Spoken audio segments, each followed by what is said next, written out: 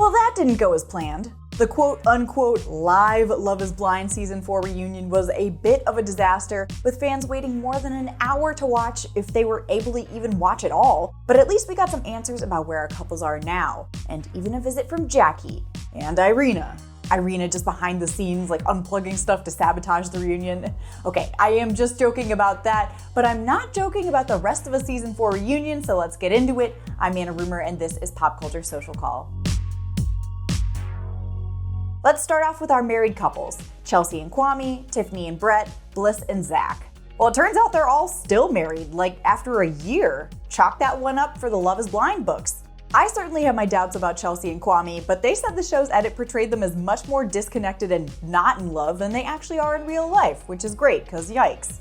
Kwame's mom has now met Chelsea, welcomed her with open arms, and we got to see some unaired footage of Micah and Chelsea clearing the air when it came to her interactions with Kwame, which he said was more of a closure thing after the abrupt end of their relationship than a flirty thing. But speaking of abrupt ends to relationships, let's bring on Irina. She brought out the waterworks as she apologized for everything she did to Zach and the other women, saying that it was painful to watch. Zach wasn't buying it though. He said none of that was real and that she was actually even more horrible to him off camera.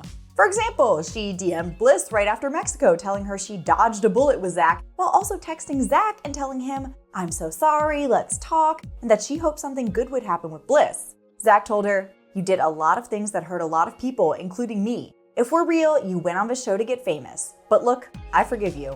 Irina's bestie Micah had her own fair share of drama at the reunion.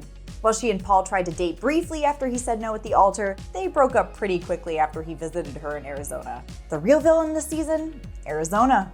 Micah also said she made Paul answer first at the altar so she wouldn't have to be rejected because she was planning on saying "I do," which Zach disputed a little bit. He said she acted behind the scenes like she did not want to marry Paul. Paul, meanwhile, said he was sure in his no, but he also admitted he didn't know how hearing her possibly say yes would have affected him. So, is there an alternate universe where these two did get married? Talk about a jump scare there. And then we had our biggest train wreck of the season, non-newlyweds Jackie and Marshall. Jackie pre-recorded her segment for the reunion, and shocker of literally a lifetime, she and Josh are still together. They live together, they share 2 pets, this is the real deal. Now, Jackie did defend her timeline with Josh. She said that she broke up with Marshall before connecting with Josh and that it was aired in a different order. Now, Marshall said okay to that and that the timeline didn't really matter, so maybe we'll never know the real truth there. Jackie also accused Marshall of wanting the ring back to give to fellow Season 4 cast member 𝐏𝐸𝐿, whom he admitted that he briefly dated after his split from Jackie. But Marshall said he just wanted it back because it was a symbol of his love and they were no longer in love. Also, when it comes to his relationship with 𝐏𝐸𝐿, he said it was short-lived. She reached out to comfort him about their breakup, but he wanted to distance himself from the show.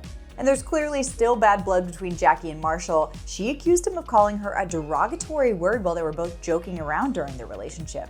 Now, as per Marshall, he said that Jackie's strong jawline meant that she could have been a man for all I know.